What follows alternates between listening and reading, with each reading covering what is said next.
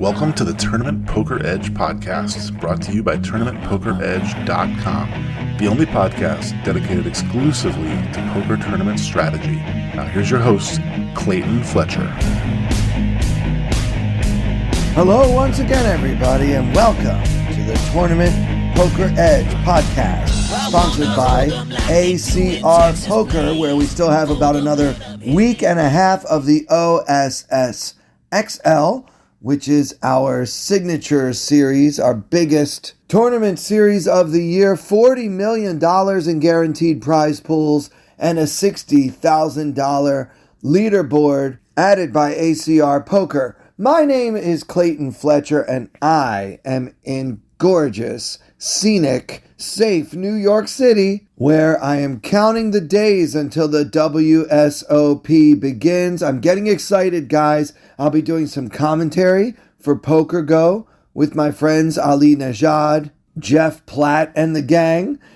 We've got a big promotion or two planned that we're not ready to announce just yet. And I'll be doing some content for poker.org. So it's going to be a very busy summer for me. I'm planning on playing anywhere from 30 to 40 different events, as well as all of this content creation that I'll be doing. Let me know what your plans are. Are you going to be in Vegas this summer? Are you coming out for a weekend? Are you coming out for the whole 7 weeks? Or are you, like me, stuck attending your uncle's wedding for the first weekend, and then you'll be there for the rest of the series after that? Let me know what's going on. I'm on Twitter at Clayton Comic. You can also communicate with me directly by clicking the link in the description of this podcast and joining the TPE Discord. Speaking of TPE, this weekend, Sunday, May 19th at 6 p.m. Eastern Time, it's the TPE free roll on ACR Poker, and you can win your share of $1,000 US absolutely free. I want to thank you guys for the excellent feedback on last week's podcast episode. It seems like you guys like to hear about hands played by ACR Pro and world-class crusher Tom Dwan, Durrr, as we used to call him. I've got great news for you. We've got some more hands from that same Day 3 table featuring Tom Dwan coming up on this episode. Also, it seems like people are really digging the current format where I kind of re-review hands using GTO Wizard, which we're about to do here in a minute before we move on to some new hands featuring Durrr. I'm glad you guys are enjoying this. I'm really enjoying our partnership with GTO Wizard. And I always enjoy, in the months leading up to the World Series, kind of really zeroing in on the main event. I mean, it's called the main event for a reason, and that's the tournament that obviously I want to do well in. I would love to be world champion, but I also just feel like the main is a tournament unlike any other. And so I want to be as prepared as possible for all the various quirks that come along with playing in that particular event. I mean, you have celebrities, you have amateurs who won some kind of bar poker free roll, you've got athletes and social media personalities, and you've got the best players in the world all coming together to compete for literally millions of dollars. And guys, I get tingles down my spine just thinking about the main event. So that's what we'll be focusing on this episode. But first, I want to get to some news that was broken by Anuj Arora of PokerFuse.com. If you go to that website, you can get a sneak peek at the new reformatted, updated WSOP.com. Now, many of us have been wondering why they have yet to release the online bracelet schedule here just 2 weeks before the World Series of Poker starts. We don't have the online bracelet schedule for this summer yet. And many people are wondering what the holdup is. Well, one answer could be found in this article by Mr. Arora. It appears that WSOP.com may be going through a revamp, a restructuring, a renaissance of sorts, which will reportedly include a third state, that being the great state of Michigan. So in the last few years, it's just been New Jersey and Nevada players competing for the bracelets, but it appears that they're trying to get this new website out on time. Now, guys, I have no inside information about this. I have not talked to anyone at WSOP.com or anyone affiliated with it. I'm relaying this information, much of which is presumptuous, speculative, and possibly completely out of line. So with that caveat in place, how cool would it be to have a larger pool of online players competing for those WSOP.com bracelets? I hope they can get this worked out. It appears that they are racing against the clock because the World Series of Poker is just around the corner, and perhaps this beta testing is having a few more bugs or kinks than they originally expected. There's also the possibility, again, pure speculation on my part, there could be a legal reason why this hasn't happened yet. I don't really know, guys. I'm speculating just as Mr. Anuj Arora is speculating in his fantastic article breaking this news on PokerFuse.com. Shout out to PokerFuse. So yeah, check that out, guys. It looks like they're going to have PLO finally on the cell phone version, which is going to be a game changer for players like me, especially, who like to play PLO but don't want to have to stay in our hotel rooms on a desktop in order to do so. So yeah, I'm excited. I'm expecting, I'm certain that there has to be an announcement about this at some point in the next 10 days before the World Series actually begins. So I am speculatively assuming that teams are working around the clock to make this announcement official. But get your sneak peek, as I did, from PokerFuse. Before we take another look at last week's strategy hands, let's talk a little bit about reviews. You know, every podcaster in the world is constantly asking listeners, please rate, review, subscribe, all that stuff. Why is this important? We need reviews because the robots that control the algorithm want them. If we have ratings and reviews, especially good ones, it helps our podcast gain visibility, which results in more listeners, which results in happier sponsors and happier partners, which results in more episodes for you. So one free way that you can support this podcast is by going onto Spotify or Apple Podcasts and leaving a nice 5-star review like this one from Joe Walton, who calls TPE the best on poker. And I'm quoting here, quote, I've listened to several episodes of the other popular podcasts. Only a couple even come close to the hosting and content of Tournament Poker Edge and Clayton Fletcher. They've got the right mix of hosting a podcast, longtime poker world participant and spectator, interviewer, and entertainer. I like a little general landscape and meta discussion sometimes, but most of the others do that too much, using it as their own soapbox and therapy session. Clayton has the right mix of theory, humor, and commentary. Keep it up. End quote. Shout out to Joe Walton. I appreciate the 5-star review so much and your kind words. You know, a lot of our decisions about what this podcast should or should not be comes directly from listeners like you sharing your opinions. And we read all of our reviews, the good, the bad, and the ugly, on all podcast platforms. So if you're looking for a way to support the podcast and you don't just want to send me a quick Venmo, leaving a 5-star review on Spotify, Apple Podcasts, or wherever else you are listening is a great way for you to do that. And it's free. All right, let's get to our review of last week's strategy hands. And this time we're going to use my favorite tool, GTO Wizard. Now, GTO Wizard is an extremely user-friendly tool. It will help you study, practice, and analyze your poker in order to find leaks in your game. Are you too aggressive in these kinds of spots? Do you fold too many hands in this kind of spot?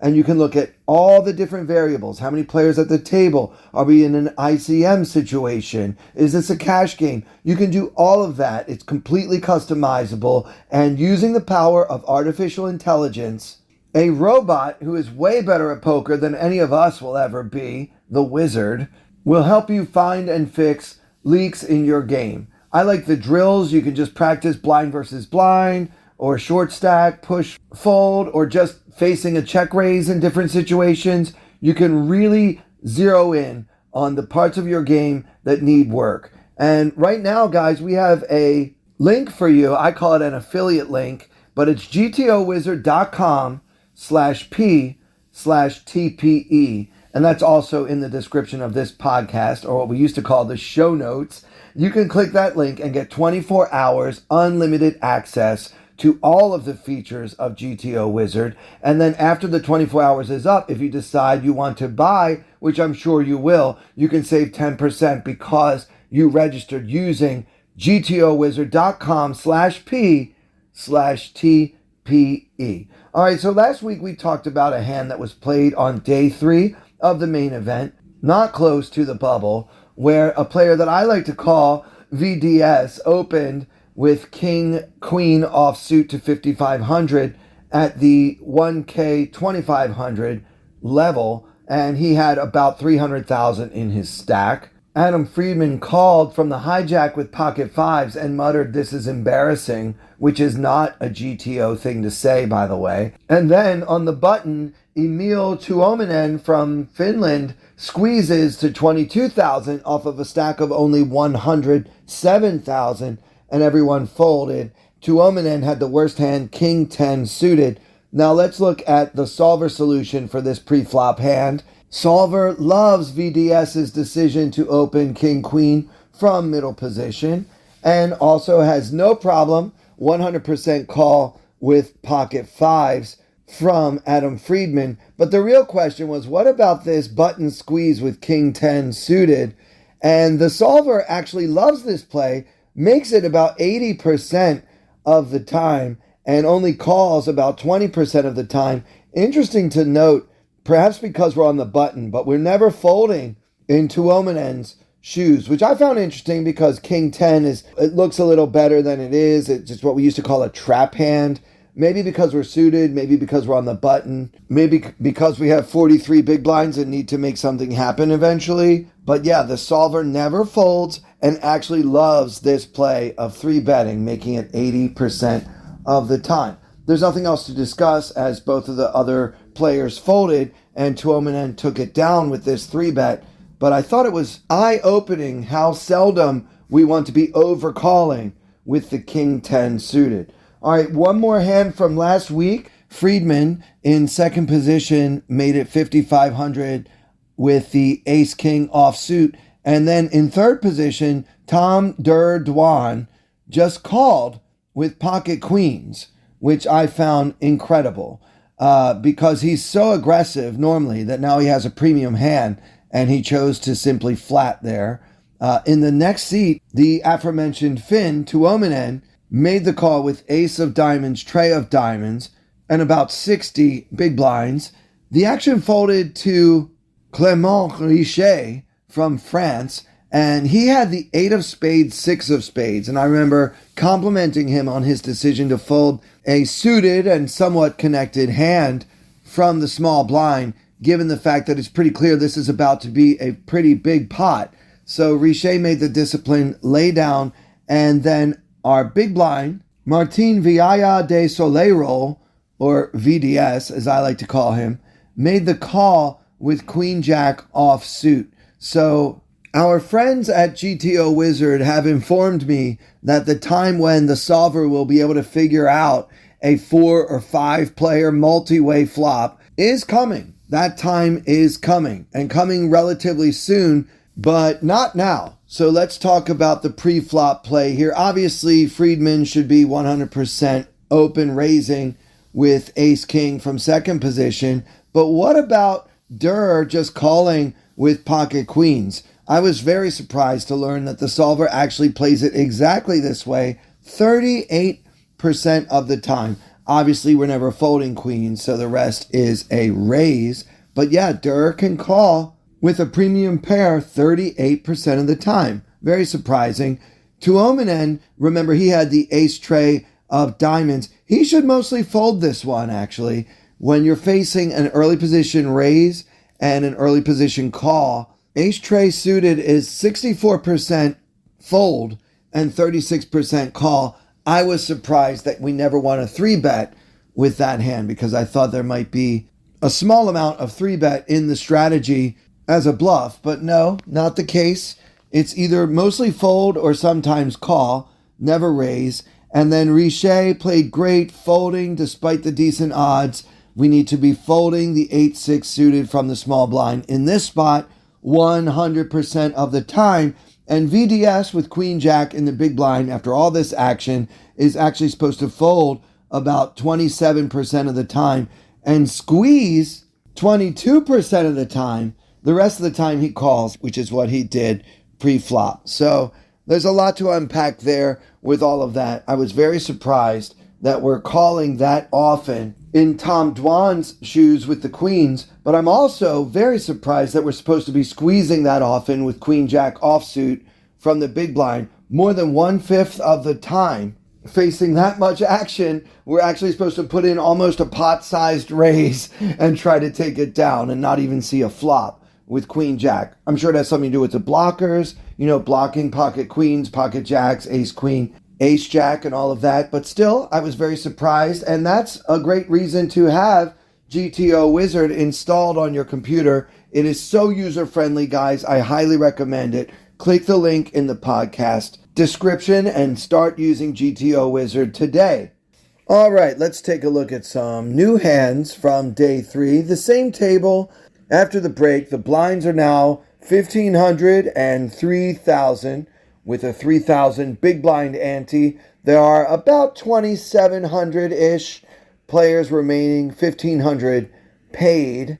And the action folds around to Hector Ibanez in the cutoff, and he's got the Queen of Spades, 4 of Spades. Now the button is supposed to be Adam Friedman, but he is not at the table currently. He has stepped away, which effectively means that Ibanez gets to be the button again. The blinds are Tom Dwan in the small and Emil Tuominen of Finland in the big blind. So what should Ibanez do with the Queen 4 suited? I don't really hate folding here. You've got two very talented, very aggressive opponents in the blinds.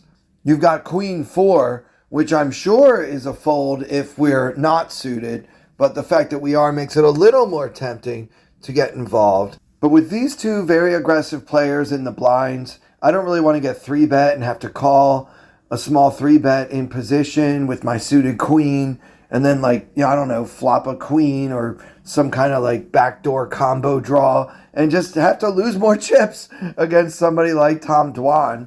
So yeah, I guess maybe I'm scared. Maybe I played too scared, but I would probably just throw this one away. Of course, that would not make a very interesting hand for us to discuss on the podcast. So Hector Ibanez did actually raise it up. Remember, the blinds are 1,500, 3K. He made it 7,000. Now, a lot of main event tables that I've played, by the time you get to day 3, everybody's just min-raising.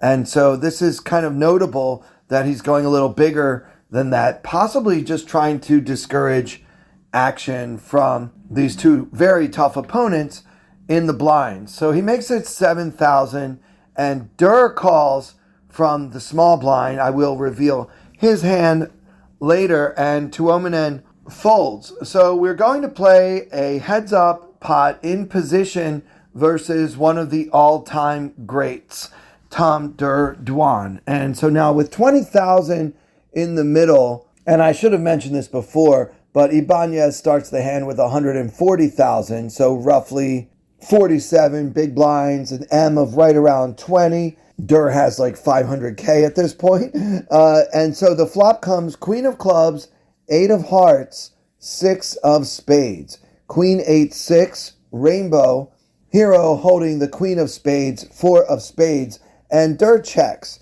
So now it's up to Ibanez. It's a great flop, actually. He's got top pair, he's got backdoor flush and straight possibilities. I think it makes sense to put this hand into our betting range. Of course, Durrr is known to be extremely aggressive, but I think our hand can tolerate a decent amount of aggressiveness on Tom's part. So I wouldn't actually be in there with Queen 4 against this guy, but if I had to play this hand, I think we can bet with the intention of calling a check raise on the flop. And that's what Hector Ibanez does. He fires 7,000 into a pot of 20,000, and then Durrr true to form, check raises to 27,500. I haven't told you what he has yet, but what would you do now in Ibanez's shoes? Remember, he only starts this hand with 140,000, which is a pretty comfortable stack. But now that you're getting check raised and not small here on the flop, what do you want to do? I mean, I think we just have to call. We can't just go around bet folding top pair against Tom Dwan. I'm sorry. We've got to call and just hope we pick up some equity on the turn in case Durrr keeps firing, and we'll be able to hopefully hang in there against the world's biggest bluffer and just hope that he doesn't have it this time. That would be my plan, is to call and hope to turn like a spade. Anyway, Ibanez does call, and now with 75,000 in the middle, the turn comes the 9 of clubs. So our board is now Queen of clubs, 8 of hearts, 6 of spades, 9 of clubs, Queen 8, 6, 9 with 2 clubs, Hero holding the Queen of spades, 4 of spades, and now Durrr having check raised on the flop. Bets enough to put us all in. We've got about 105,000 left in the stack, so this is about a 150% pot-sized shove. And now Hector Ibanez is rethinking all of his decisions in this hand and most of the decisions that he's made in his entire life.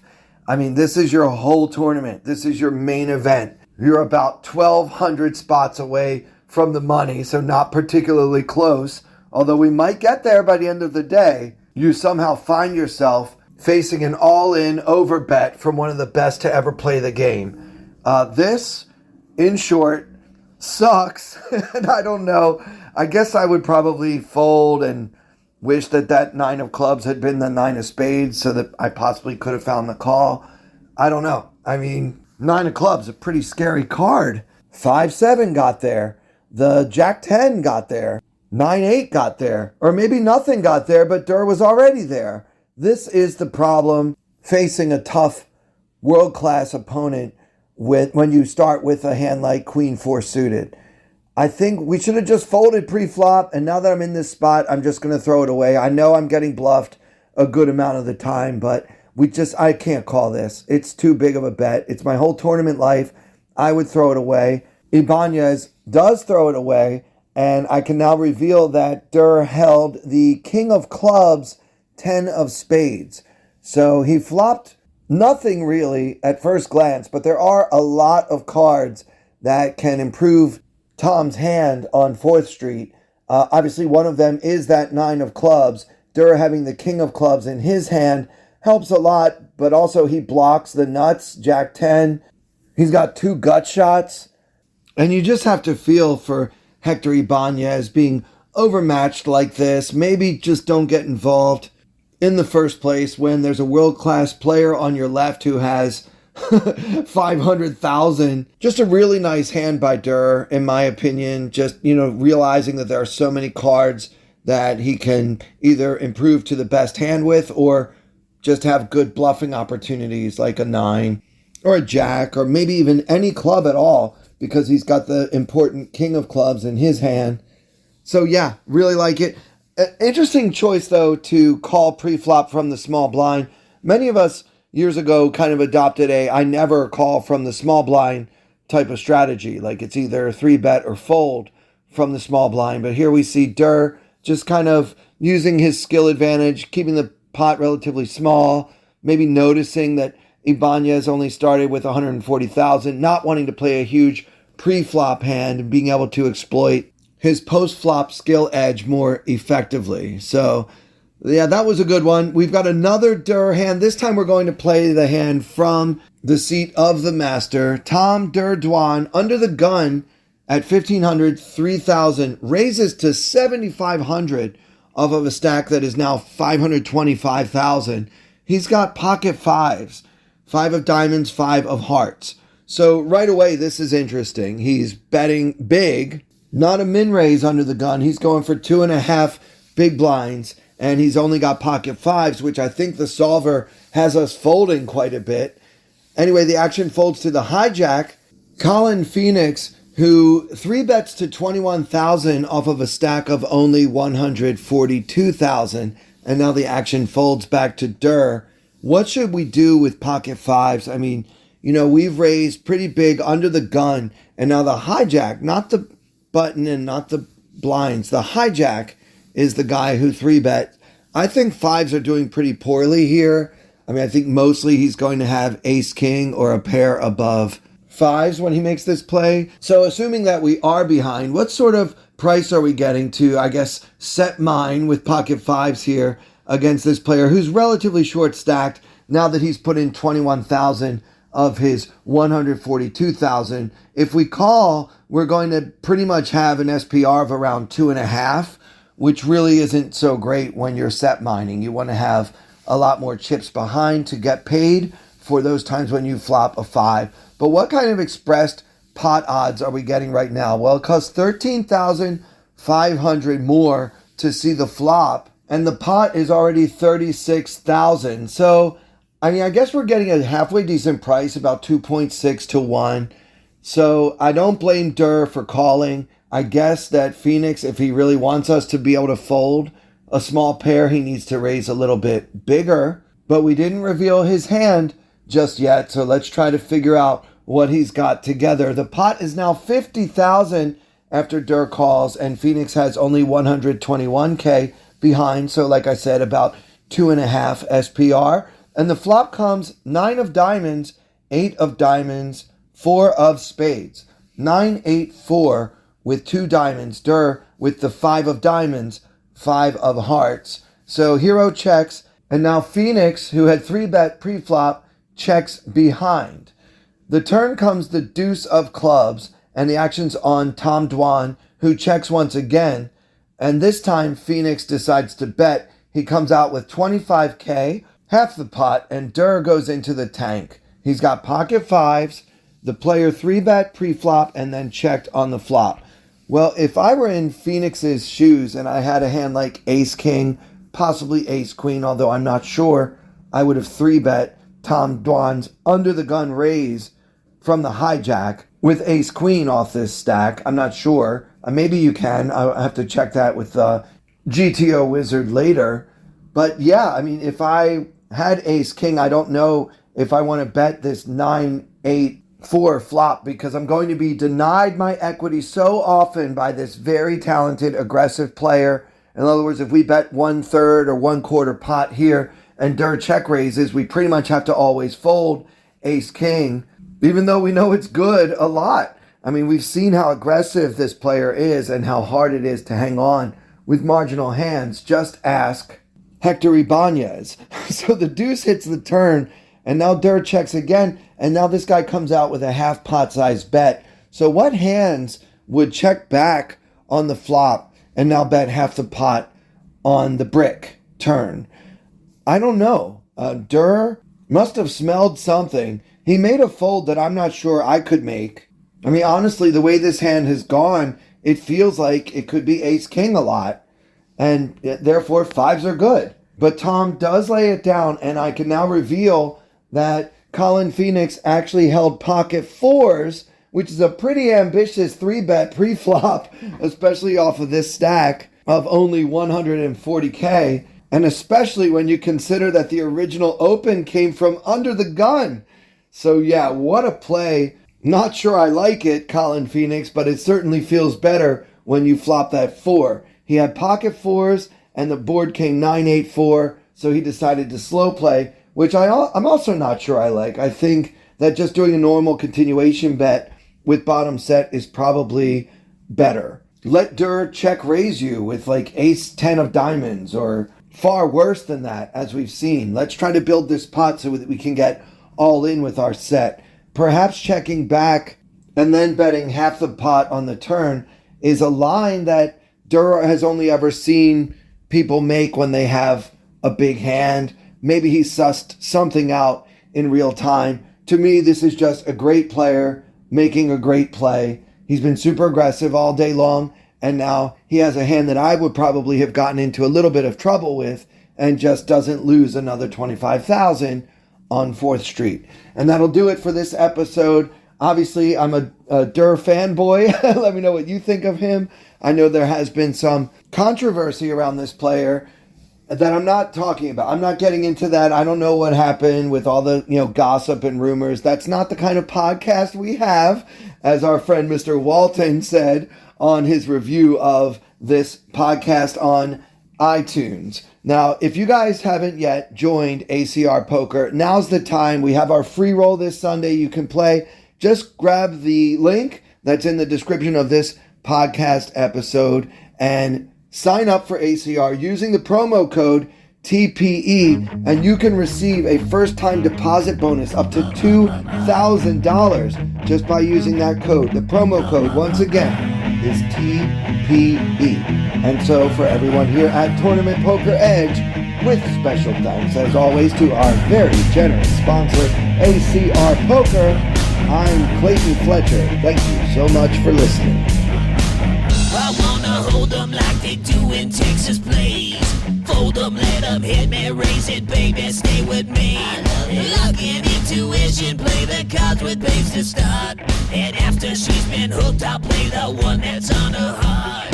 Oh, whoa, whoa, whoa, whoa. I'll get her heart, show her what I got. Oh, whoa, whoa, whoa, whoa. I'll get her heart, show her what I got. Can't read mine, no she can't read a mile. Poker face, she's got to love nobody. Can't read mine, no she can't read a mile. Poker face, she's got to love nobody. Poker face, poker face. Poker face, poker face. I wanna roll with her, a hard pair we will be. While little gambling is fun when you're with me. I love it. Russian roulette is not the same without a gun. And baby, when it's love, it's not rough, it isn't fun.